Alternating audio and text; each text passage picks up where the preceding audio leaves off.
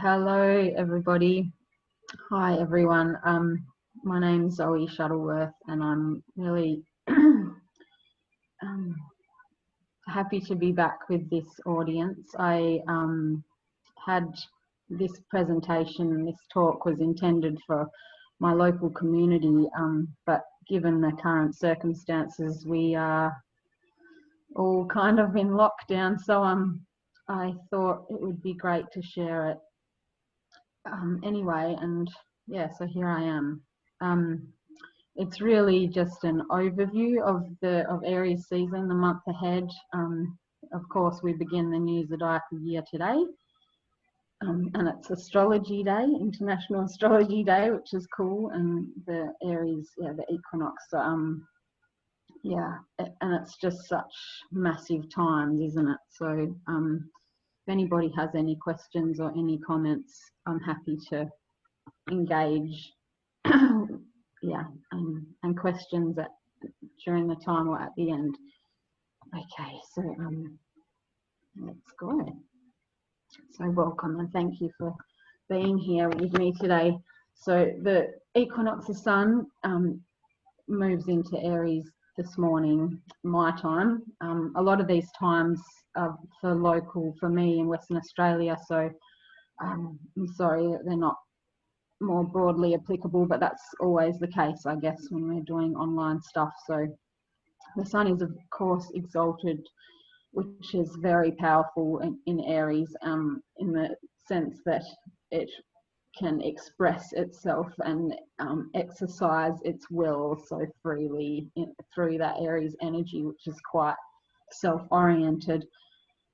Aries is, of course, ruled by Mars, and Mars is now exalted in Capricorn, applying to conjoin Jupiter in Capricorn, and going on to conjoin Pluto, of course, over the next few days, and then yeah, the movement of the sun into Taurus will occur on the 20th of April.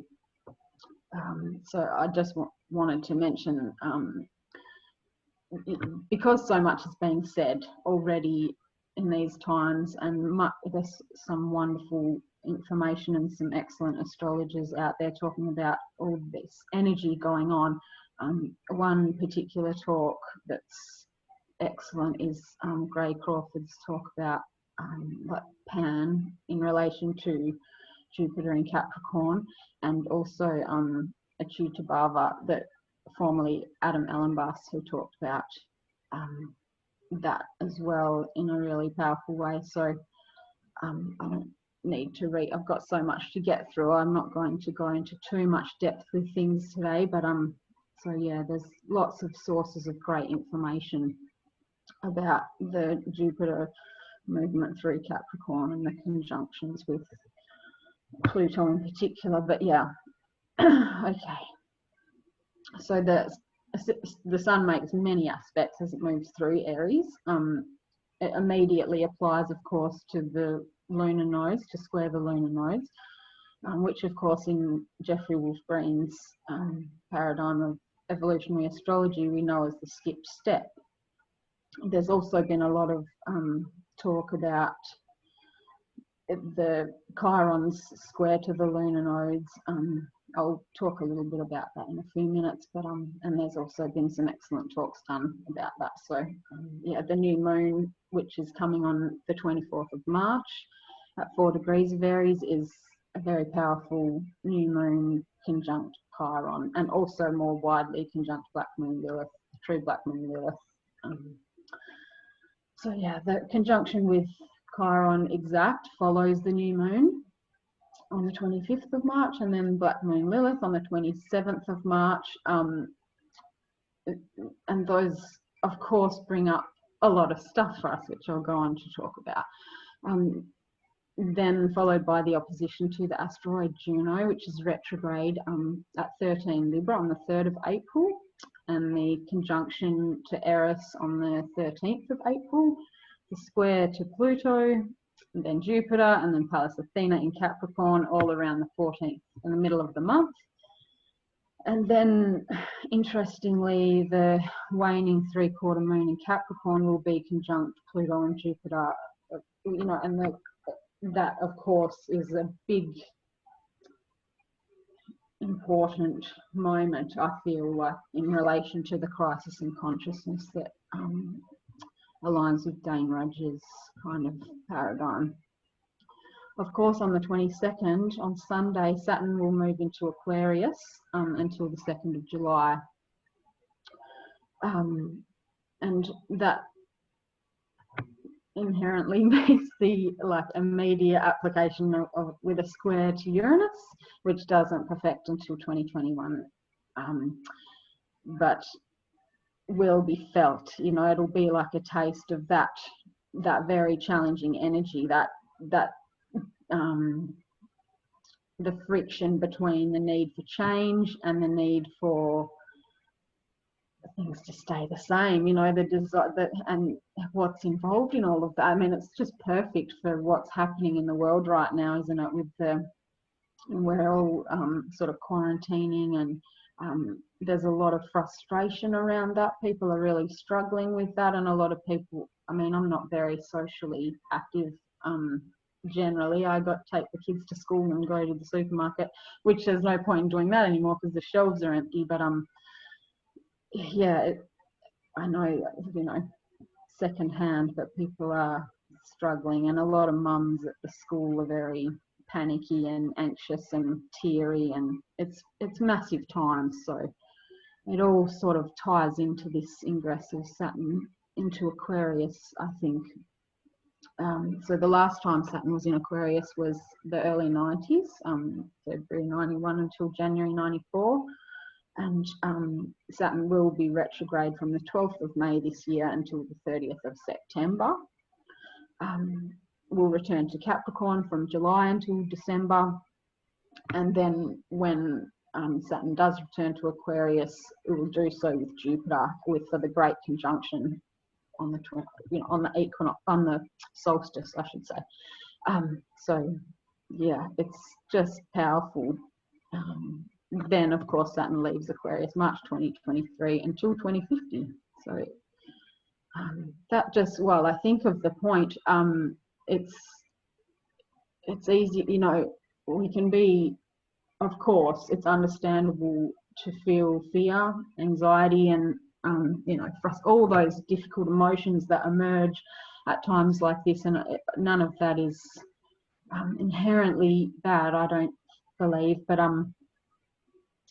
it's also, to put a such moon spin on it, it's like it's only going to happen. This is a once in a lifetime opportunity. Our souls have come at this time for a specific purpose. You know, we chose to be here for this, and it's sort of, I feel like we need to look at it somewhat optimistically, especially given Jupiter's involvement, thank goodness. Although Jupiter can expand, you know, I mean, Jupiter is obviously one of the big players in the pandemic that we're all experiencing now, and the contagion, you know, but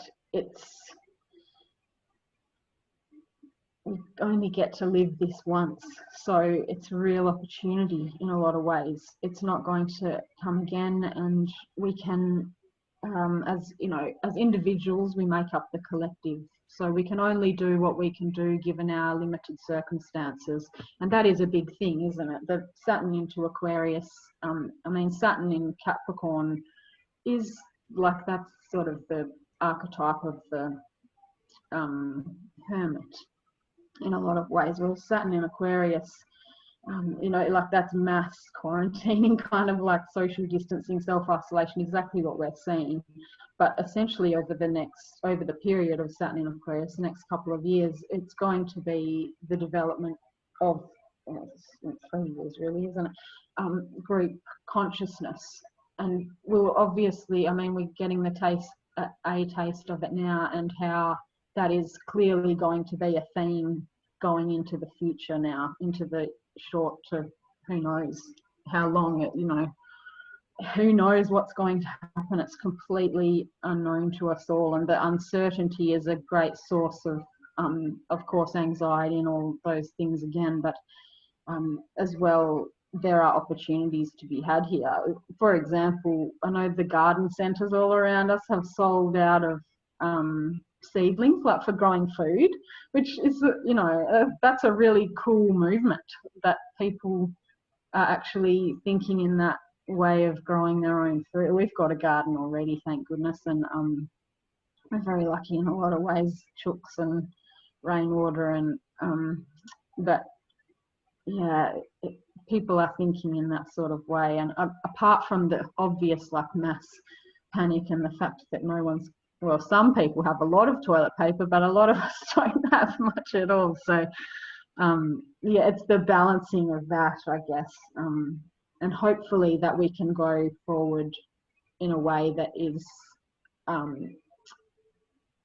considerate of others, I'm hoping. So the group think is a term, I remembered it from the book 1984, but I'm not actually sure that it came from there, but it's sort of the idea that we don't, you know, we have like a very rigid, structured view of how things are and how things need to stay. And that, I guess, is part of the Saturn in Aquarius shadow that we could be facing. So I better keep talking a little bit quickly because I do have only a limited amount of time. Okay, just got to keep an eye on the clock. So the evolution of humanity and the vision for the future is definitely a part of this Saturn in Aquarius. And again, the fact that we are creating this future as we speak, with all of our choices, and there are always choices, even though we're very limited. And you know, that we have to remember the potential of our human mind and the capacity to tap into that, and like the genius archetype that's linked to Aquarius, or you know, the rebel or revolutionary as well, but it's so, there's so much potential with this time, and we can easily, we'll see all of it, I guess. We'll see the full spectrum, won't we? We'll see the incredible capacities of people to really strike out in creative ways and bring together communities and, you know, do all those wonderful humanitarian kinds of things. And then we'll see the shadow of that, which is much more fear-based and you know, the scientific view. Not to say anything inherently negative about science as such, but I was reading Richard Tarnas's Cosmos and Psyche, and was revisiting his short chapter. It's called Two Suitors, a parable, early in the Cosmos and Psyche book, and he talks about the separative nature, the very narrow view of the scientific kind of paradigm that we're sort of in at the moment. It's worth looking for that. It's actually available online, I believe, that short little essay. If you Google Richard Tarnas Two Suitors, maybe, it's interesting. I would read it, but it would take too much time. Yeah, it's just that capacity to, it's sort of, we're experiencing it, you know, in our daily lives now. At least I am, you know, having young kids, and I know someone with a newborn baby, and also having older elders around me who may or may not be well in the coming weeks. I don't feel the threat, particularly personally for me or even for my children. I hope we're all resilient and healthy enough to get through it, but you can definitely get the anxiety around those close to you. And that's not to say that the fear is necessarily wholly bad. You know, like, we need to be aware of what the potentials are in terms of the negative potentials, as well as you know, the positive potentials that what could come out of this time, like being able to see blue sky in China and having like the Venice canals clear up and that sort of thing.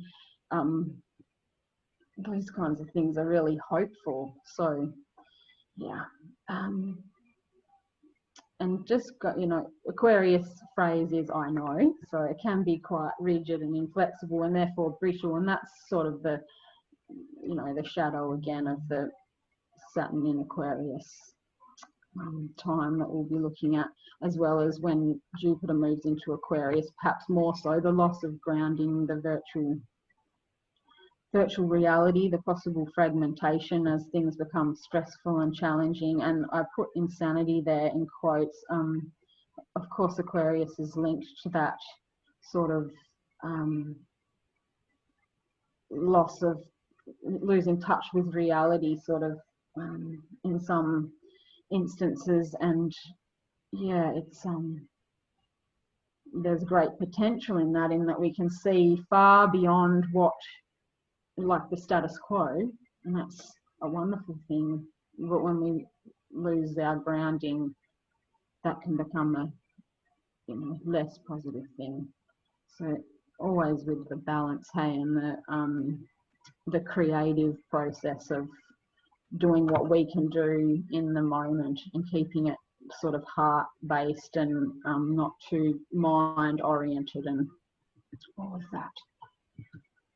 Okay, so then Mars, of course, goes into Aquarius on the 31st of March, so just 9 days is it after Saturn, and will immediately go on to conjoin, or apply to conjoin Saturn in the first degree of Capricorn, and it's, you know, that energy of the Mars and Saturn is renowned, you know, well renowned for being challenging as the two energies come together, and you can see how that could certainly eventuate, and already is perhaps for a lot of people, the, you know, the anger around what's going on. And some people are angry that people are so scared, and some people are angry at governments for lack of action, or angry that schools are shutting down, or, you know, whatever. There's so many ways to get angry about it, as a, perhaps as a neurosis, perhaps as a defense against feeling the fear. We get angry, you know, and you know that with Saturn, often that anger can't really be expressed. It's like it has to be suppressed, and that obviously is not a healthy thing. And then it can become like flying off the handle, which of course comes with Mars square Uranus a few days later. You know, that uncontainable, you know, no longer able to be contained experience of what's going on inside. You know, we just blow our top, and it can of course just come more like a restlessness and impulsiveness, and we want to change, or we resist the change that's coming anyway. It all just fits so perfectly with having to be in our homes more and living on less. And I don't follow the financial markets, but I guess all of that as well is tied into the negative emotional responses that we're all having. You know, there's a lot of anxiety about recession and job losses. Yeah, there's been massive job losses, hey, and like people are in a state of panic. And there's the pan again, you know, on our lips every day is the word pandemic and panic. And there's Pan, you know, the god Pan, who, you know, hopefully we can tap into that sort of the positives of this time via the Jupiter. So yeah, Mars leaves Aquarius as Saturn stations retrograde. I might skip over this, and you can read that for yourselves. I'll keep moving because I've still got so much to get through. So the Aries New Moon in a few days, Tuesday here, the 24th of March. So Aries New Moon will be conjunct Chiron, which is at 5 degrees of Aries, and Black Moon Lilith is at 6 degrees of Aries. Of course, they're both square the lunar nodes. You probably can't even see I'm not sure if you'll be able to see that chart very clearly or not, but it was interesting to me that it had the bucket aspect pattern, and that Juno, the asteroid Juno in Libra, is the handle of that. There's a lot written about aspect patterns, but essentially that singleton planet in Juno is striving to dominate the other planets, and to me it just spoke of our need to give consideration to the other at this time, because Aries is so self-oriented, you know, very much obviously about me, like here, like I am, that's the energy of Aries. And at this time when our fears are elicited and things are really stirred up on an emotional level, it's easy to get very I, me, mine about things, and you know, the ego feels defensive and perhaps sort of shuts down in terms of being flexible. But always we've got to keep in mind the polarities, hey, and the axis that we're on here is Aries Libra, which comes up more with the full moon, the super full moon in a couple of weeks. But yeah, I really like that Juno is present there, and Juno's in Libra since November, I think, and for another few months. So yeah, it's cool to give consideration to the asteroid goddesses and what they have to teach us at these times, because as well as yeah, Black Moon Lilith being there, all of it is can't read my own slide there, but I'll just riff. You know, the Chiron thing I'll mention in a moment, but the Black Moon Lilith, you know, in Aries is that shadowy tendency, the willful determination to do what we want to do. And I guess that's a lot of what we see, you know, in that rebellious kind of way of not wanting to quarantine ourselves, not wanting to self-isolate, not wanting to socially distance, you know, just going out and blow the consequences and not really thinking about other people. And I'm not meaning to paint anyone as a bad guy for doing that. You know, it's a difficult time, and I'm not pointing fingers, but yeah, we will be experiencing our limitations being thwarted, and the friction between what we want and what our duties and responsibilities are. Of course, that culminates in all these difficult feelings I've been trying to give voice to. But yeah, so essentially to me that speaks to like becoming conscious about what we actually want, because that sort of can become very clear when we can't have what we want anymore. Then all of a sudden we know what we want. It's like, yeah, so it's interesting, even though we may not be able to act upon what we want and what we desire in our lives now in the ways that we imagined, but somehow finding ways to be creative, to exercise our will in other ways, to embrace the change to the best of our abilities. You know, I don't want to minimize or dismiss or ignore the pain and suffering people are going through. You know, obviously, you know, people are dying from coronavirus and the loss of jobs and income and all of that. That's obviously a massive issue for some people, and I feel very fortunate in this part of the world. I don't know what's coming, but yeah, it's trying to prepare and trying to be open to what can come, and the best way of responding to that in each given moment is the whole point of life as a human being. I think, you know, we just have to surrender to the fact that we actually don't have control, and much as we like to think we do, you know. And that's like the square between Aries and Capricorn, isn't it? It's like we want things to be a certain way. We've got a plan, we've got goals, we're going to climb the mountain, we're going to do this, and we're like ticking the box. It doesn't necessarily work like that. It's very much more convoluted and messy and challenging. So again, you know, attuning to the Cancer archetype here, the Cancer North Node, the Cancer polarity points, the it's just about that, feeling our way through these times and getting in contact with our own inner capacity to parent ourselves, and to also be responsible for our own little part of the world and to do what we can do.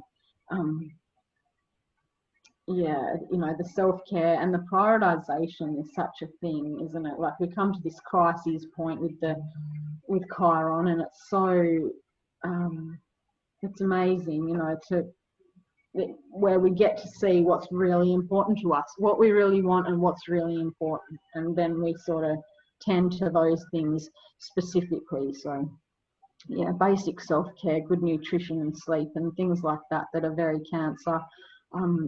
And that also I wanted to mention that emotions, like the very word emotion with motion in it implies movement.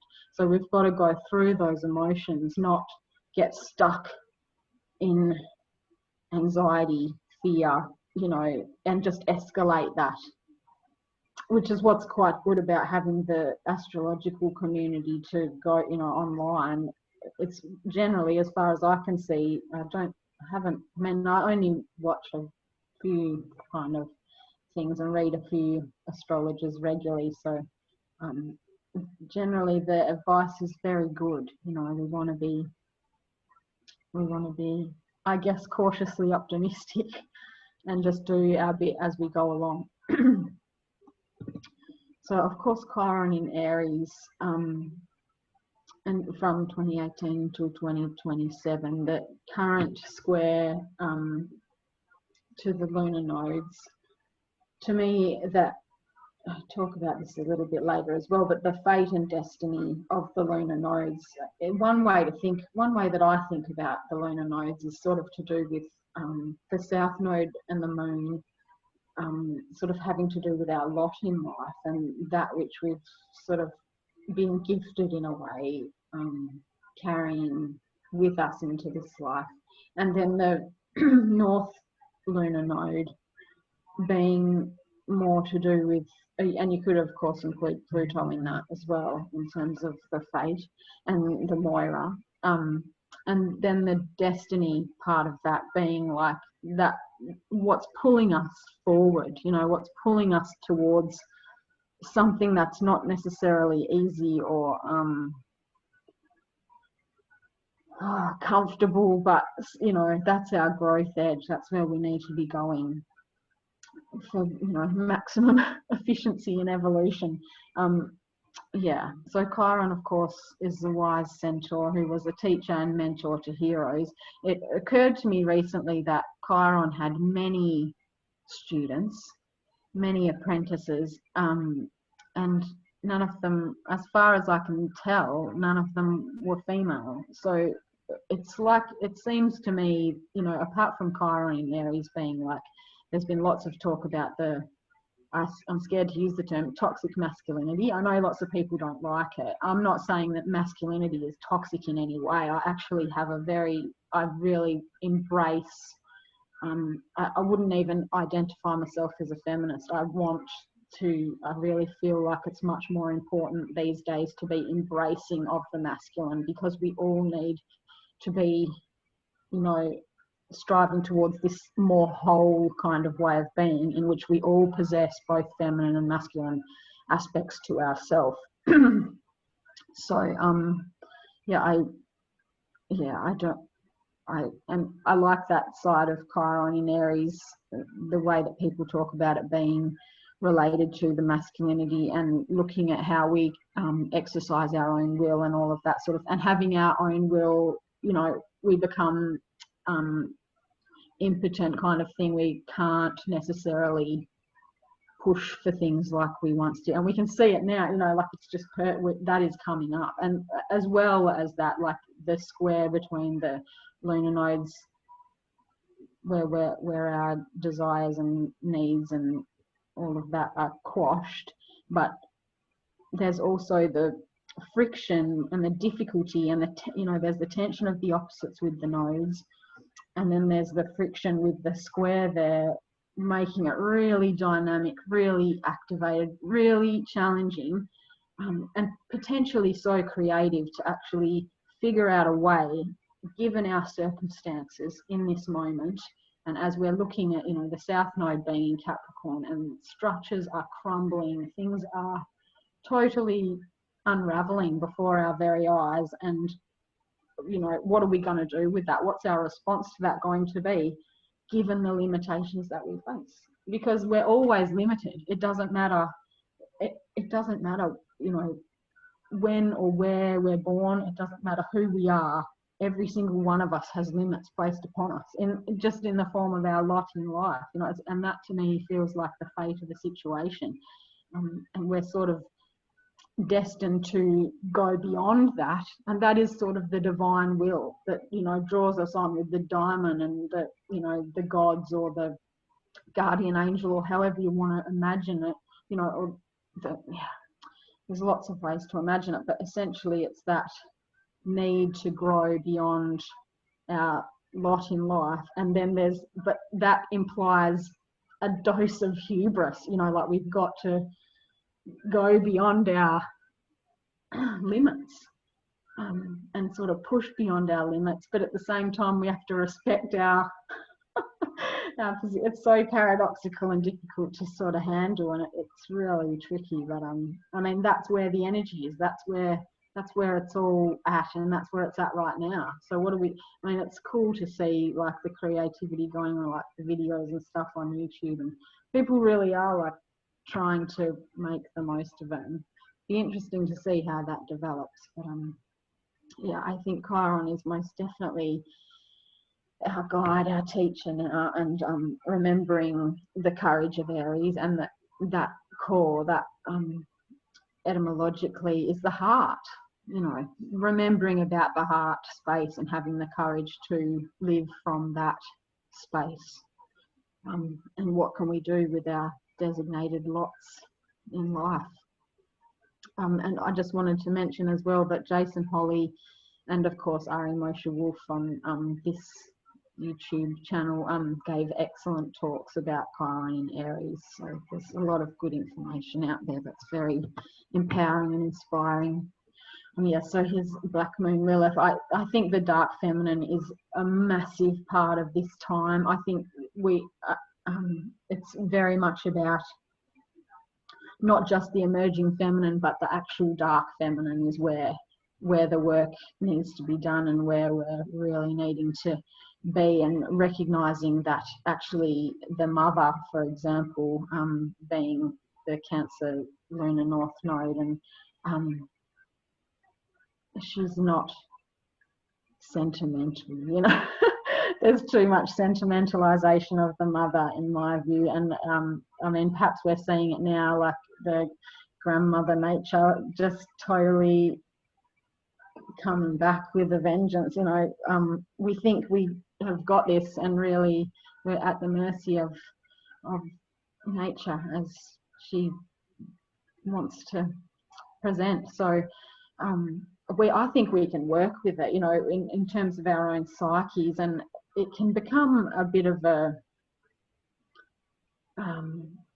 that's again to do with the emotion and the fact that we need to keep moving through emotion, in terms of doing our shadow work, and that having to do with our exiled, rejected, disinvited, all those difficult parts of ourselves and our own shadows that we might have disowned. That is, I've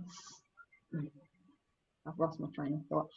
It's where the work needs to be done, and it's where we're totally called to go in terms of our growth edge and how we go forward from this time. And so Black Moon Lilith and Eris will meet with Mars in August, and then we'll be active in the Mars retrograde this year. So in terms of being conjunct with stationing retrograde, so it's a big theme, it's an ongoing theme. And always, I mean, of course Eris is square to Pluto all this year, and into the future we're dealing with this dark feminine energy that's so important. And it's not just a matter of being angry feminists. It's not just a matter of expelling the patriarchy. It's not, you know, and shouting down men, or, you know, like, I don't want to dismiss that as a part of the process. I think there are times when that sort of needs to happen, and then there are times to let go of that sort of identification with the angry feminine, because that, while certainly that is part of the dark feminine, I think as well, although she is, she's not sentimental, she's still nurturing, even though that's a kind of tough love kind of thing. It's not all about raging, although sometimes that's required too, and there's plenty to be angry about in this world, of course there is. But we need to move through it and make it a creative kind of part of the process, something that stirs action in us, you know, which is Mars and Aries. You know, we act, we act mindfully, I must say, not just impulsively and rashly, but, and that's of course the slippery slope that we're on, that we, you know, yeah, and that'll be a big theme of 2021 with the square between Saturn and Uranus, how we're going to actually manage all of that. Staying with the feminine, Pallas Athena, well, she's of course the goddess of wisdom, but she was also linked to the patriarchy in the sense that she, in the mythology, she sort of went with the patriarchal rule, betrayed her sisters maybe, in some people's view. She's but I have a real affinity with Pallas Athena. I have her conjunct my sun, and it was so exciting to see that she was going to be such a big part of this year, and her presence in Capricorn throughout this year is so heartening to me. And being able to tap into the wisdom, the feminine wisdom, and the capacity that, you know, the creative intelligence, that's what we're looking for here always. And being able to recognize in ourselves our own capacity for strategy and vision, and, you know, like often we sort of being like quite intuitive types, I guess, in the astrological field. Maybe rationality is less honoured, but actually remembering that we can get a lot out of that, which sort of ties into Venus going into Gemini actually, but that at the moment Mercury is still in Pisces, and, you know, that's a very floaty sort of imaginative way of using our brains and our minds, but as well honouring the capacity that we have to keep things kind of ordered amidst the chaos, you know, that it's both, that we always need, there's always chaos and there's always order. That's how we've come to be, and that's the magic and the mystery of the cosmos, hey. So as well, just to mention Medusa, because Medusa was in ancient times linked to Athena. They were separate aspects of the same goddess, and so they are actually very much linked, even in story as well, in mythology as well. Of course, Athena turns Medusa into the Gorgon. So yeah, it's looking at that in terms of our shadow and the repressed parts of ourselves, again a bit linking back to the Black Moon Lilith and the exile. What have we exiled within ourselves, and what can we do about that? How do we re-invite the parts back in that may be holding a lot of our creativity, a lot of our capacity for action in the face of difficulty, and the conflict and challenges of these times. Let me see the time, speaking of it. Okay, so Venus goes into Gemini on the 4th of April until the 7th of August, and she will immediately apply to conjoin the asteroids Vesta and Hygeia. as well then go on to trine Mars at 2 Aquarius, which is the cycle that began in Virgo, the Mars-Venus cycle, in August last year. So, so that was, so I'm just reading my own notes and trying to follow what I've written there. So then goes on to the first quarter square from 27 Cancer, Gemini 27 Cancer, and yeah, in September, and then they will oppose one another. This is Mars and Venus will oppose one another, 15 Libra to Aries in November. So that, I just wanted to mention that cycle because there's something going on with that in itself. That's an important cycle to work with in terms of creativity and the sacred marriage. And so yeah, just reflecting back on that, things that began perhaps around August of 2019 and how that's developing now that we've come to we're about to come to the trine between Venus and Mars, and the airy nature of that now that perhaps is getting, yeah, I mean, we work with it in our own lives, but yes, it's an interesting thing. And the waxing crescent moon that will emerge in these coming days after the new moon will be conjunct Venus, and also Vesta and Hygeia, though they're invisible to the naked eye. But it just, I love that time of the month, you know, the crescent moons in the dawn and dusk skies, and the dark and the new moons. It seems so powerful to me that imagining the conversations that I had in those dusky times, you know, with Mercury and Venus, and you know, of course there's other planets involved too at times, but just for me that just feels like such a rich image with the new moon, the maiden moon with Vesta and Hygeia, and what that might bring in these challenging days, because of course Vesta is the goddess of the hearth fire, home and hearth, and she's very much focused around that sacred sense of bringing things into our own little sacred space. It's powerful. And Hygeia is of course the goddess of holistic health and healing. So yeah, those kinds of things bode well for me in these days. More broadly, Venus in Gemini will call us to maintain our connections with others, especially family and friends, and those in need, you know, keeping in touch with people who might be isolating themselves in extreme ways, and keeping that mutual sharing, you know, being able to, like, I've put there talk therapy.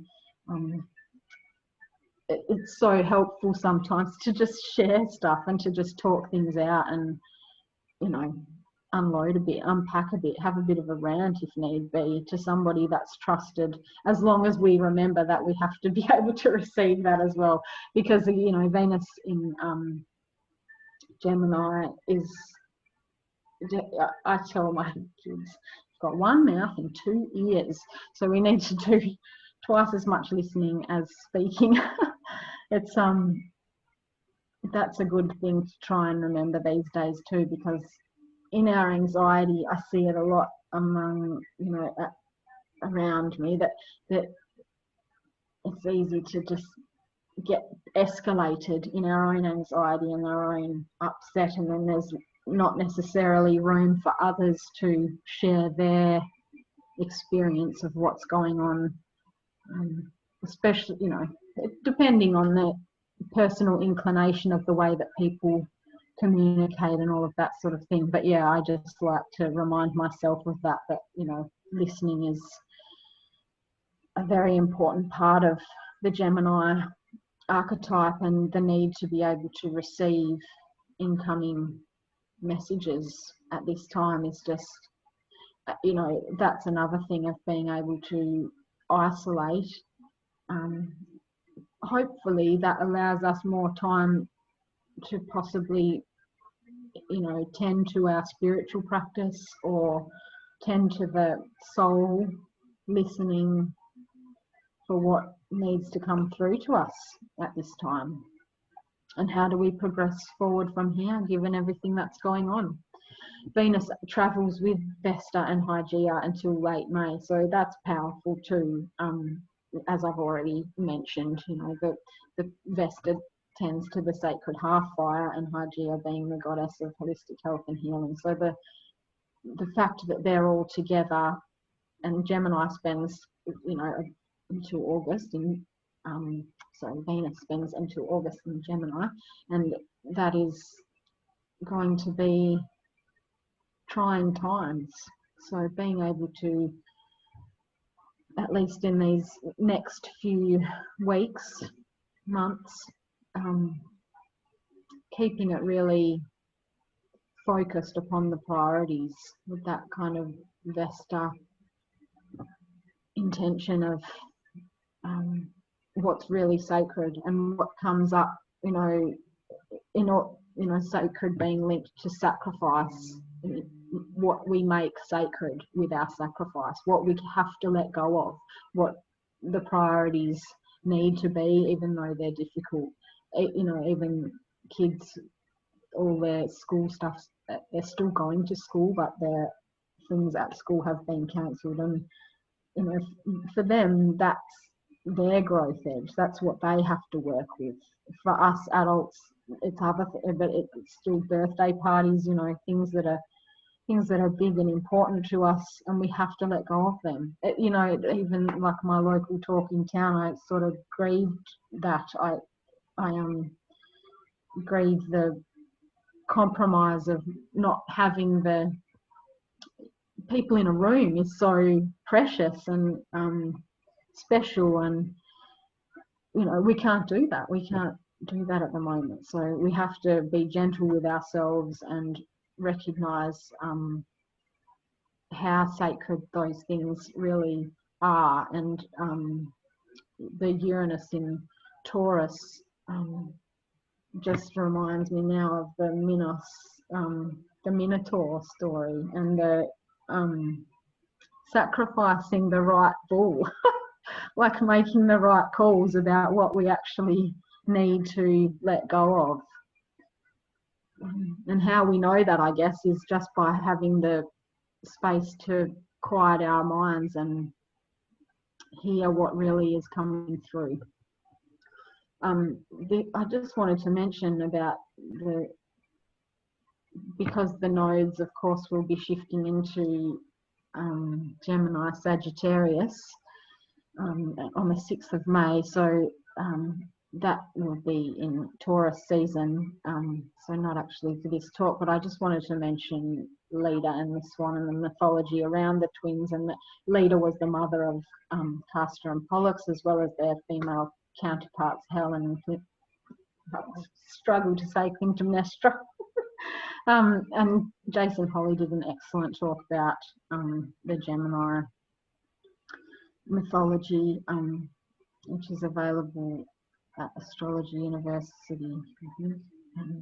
But yeah, it's such a rich place to explore and to work with, and will be increasingly important to us as we go forward.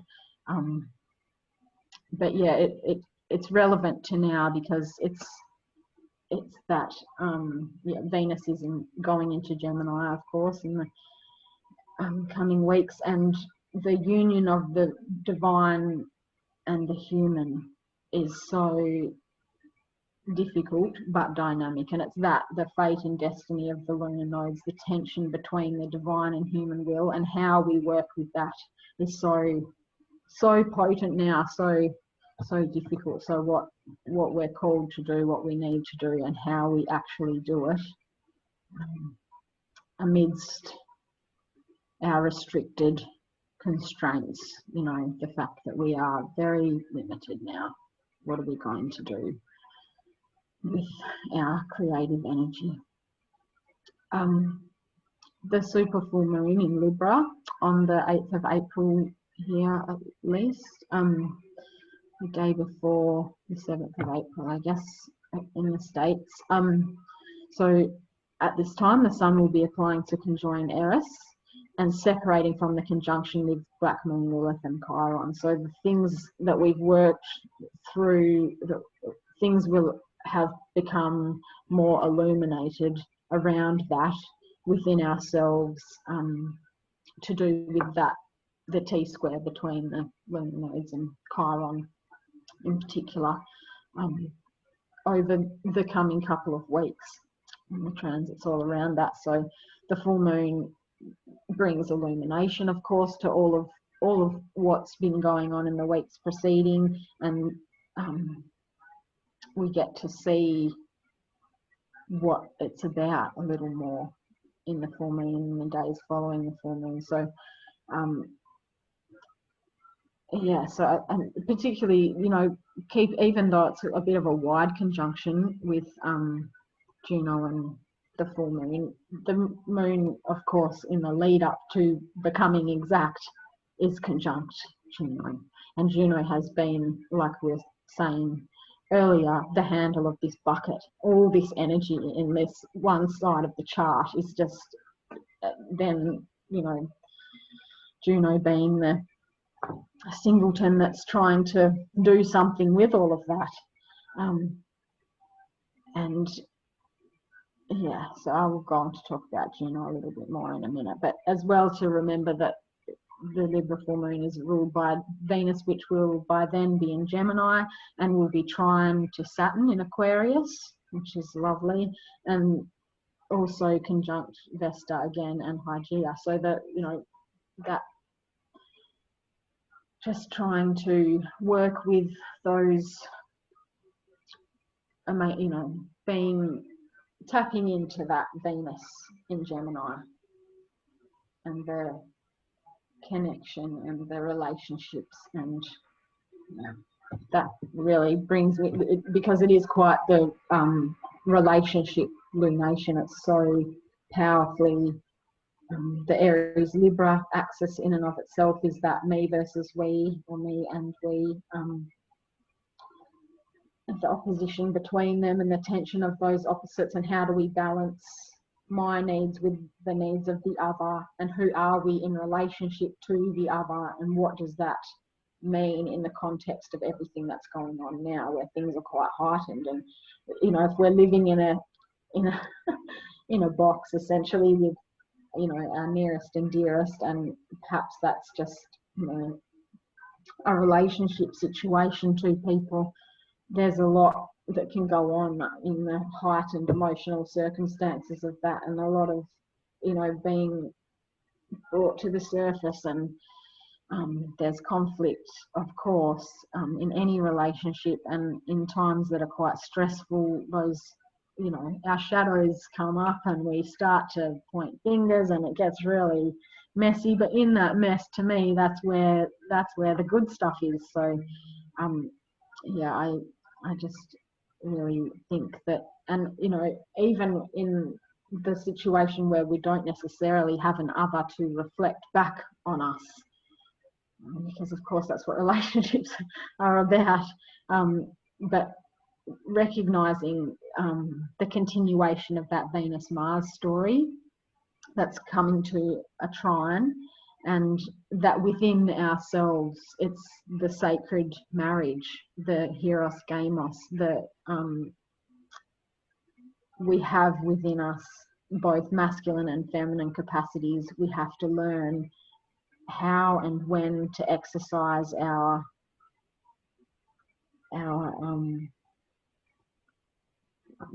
the different needs that we have and the different wants that we have, and how we act upon those needs and wants, and when we need to refrain and when we need to be restrained and limit ourselves and heed the limits imposed upon us and hear what our other is saying, even when we don't like it, probably especially when we don't like it.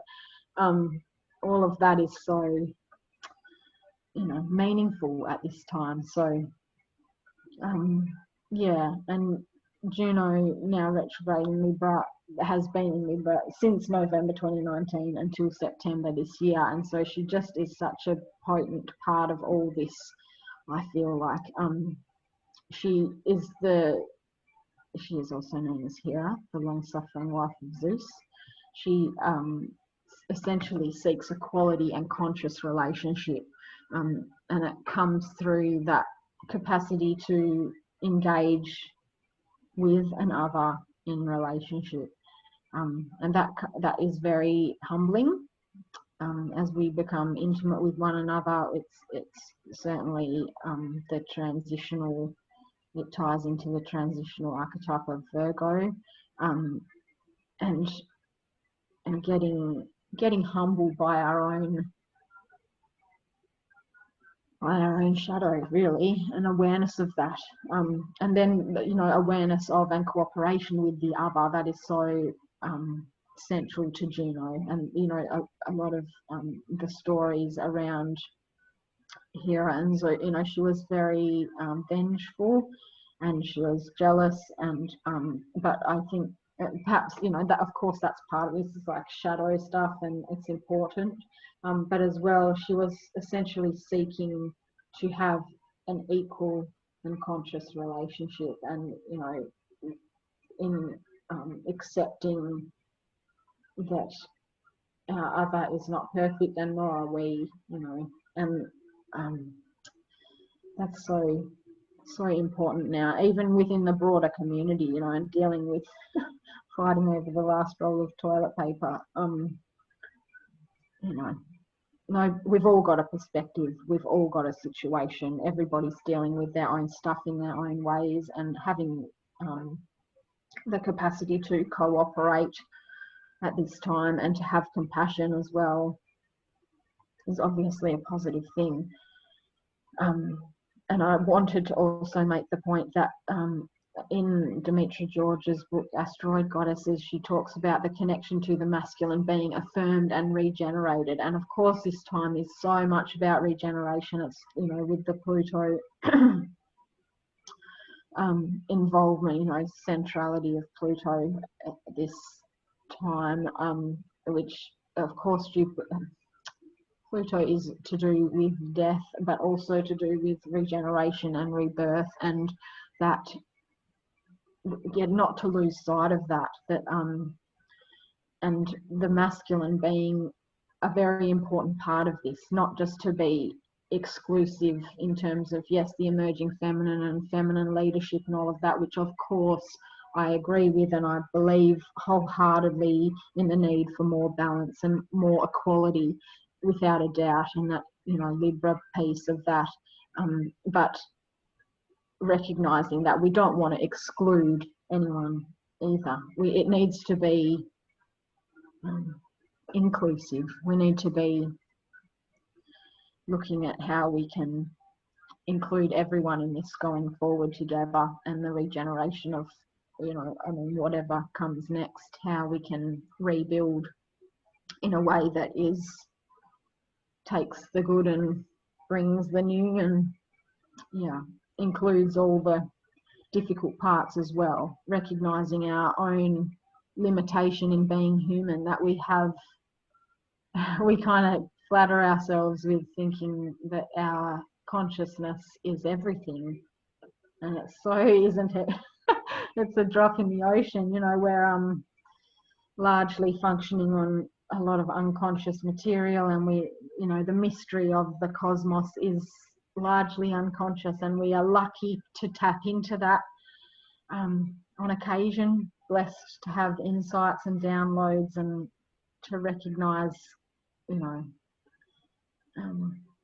ourselves reflected back in our circumstances and things like that.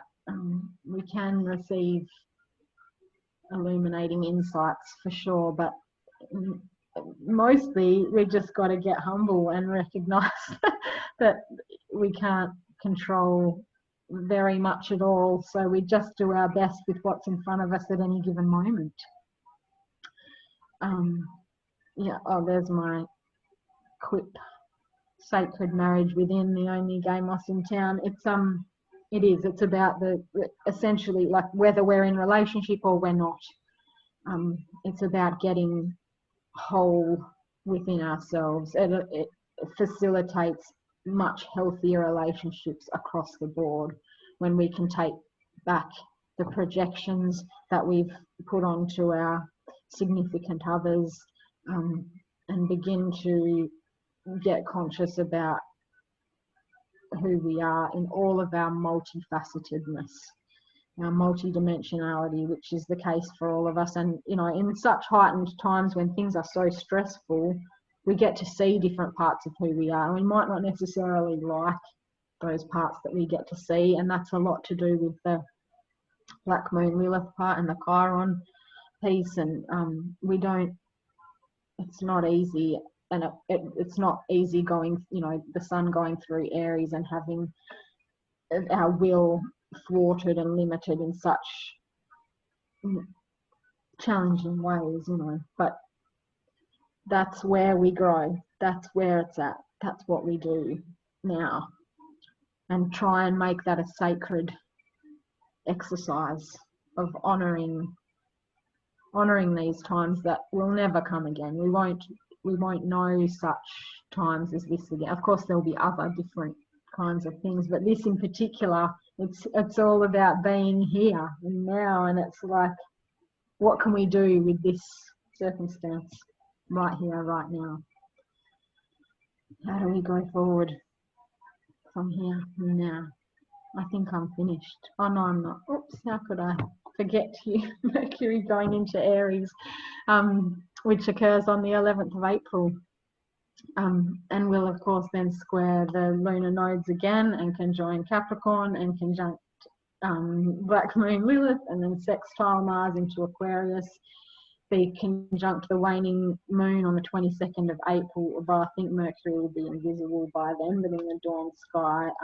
I love getting up early to see that waning crescent moon in the dawn sky, especially when there's a planet involved. It's such a rich imagery to imagine those conversations. And I love the dawn sky, you know, the waning crescent moon in particular, because she's the elder, she's the crone, and she has so much wisdom. And when conveyed to Mercury, there's the potential there for us to really hear that. And so, you know, on the other side of the next couple of weeks, we're going to be quite challenging with the, you know, the Mars, Saturn, everything going on. There will be, for me, I look forward to it. I mean, I'm looking forward to it all really, but I look forward to the Mercury in Aries clarity of perhaps receiving a message about all that we're about to experience in the coming weeks, and what we actually get to distill that down to, perhaps in terms of a message from the gods. What can we then go forward to create as a result of this mass initiation? Like, we are being initiated into a new paradigm, and that's what it's all about. So hopefully being gracious enough to surrender, to have gratitude for all that we do have, and being able to, there's a cool proverb about not getting higher fences, getting a bigger table, being able to share what we do have. That's probably really naive, I don't know, but anyway, that's a nice ideal we can aim for. We also have to prioritise, don't we, and keep it real and be looking after our own homes and our own loved ones. And yeah, it's a balance. So they are crazy days, and it's very easy to get sweat. It's that I put that black swan there because it's termed a lot as the black swan event, which is that we have black swans everywhere here in Australia, but it is the unexpected black swan event that we couldn't have predicted. So of course astrologers have been talking about this time for decades. seen it coming, and I don't know if anyone predicted what's happening. I certainly didn't predict it, but a part of me is, well, it's too early to say, but I just think we've just got to, we have to deal with what we've got in front of us, and so we do that, and we respond to our changing circumstances with as much consideration and mindfulness as we can muster, and also honouring those parts of us that are just, you know, freaking out. It's hard, it's difficult, everyone's in the same leaky boat, we're all, you know, freaking out in our own ways, and so just having enough compassion for others for that, and adapting to our changing world in the healthiest and most creative way we possibly can, because that's our way forward. I think art and creative expression is the way forward. So yeah, there's our Aries man Ramdas with his sage wisdom. Be here now. I think he had Sun, Uranus, North Node conjunct in Aries. So that's really it from me. I finally just took a breath. I so appreciate everybody being here, and I don't know if I'll see you next month. I do these monthly, whether I'll be able to do it in my local community, but I so appreciate you being here for this one, and I so appreciate being given the opportunity to share my perspectives. I was rushed and anxious, and I apologise for my delivery a little bit, but thank you, and I welcome any questions, and yeah, I hope everybody stays well and makes the most of this amazing time. Okay, thank you so much, Zoe. That was fantastic. Thank you, Linda. Okay, so we'll see you next time, and thank you from all of us. Thank you. Thanks so much.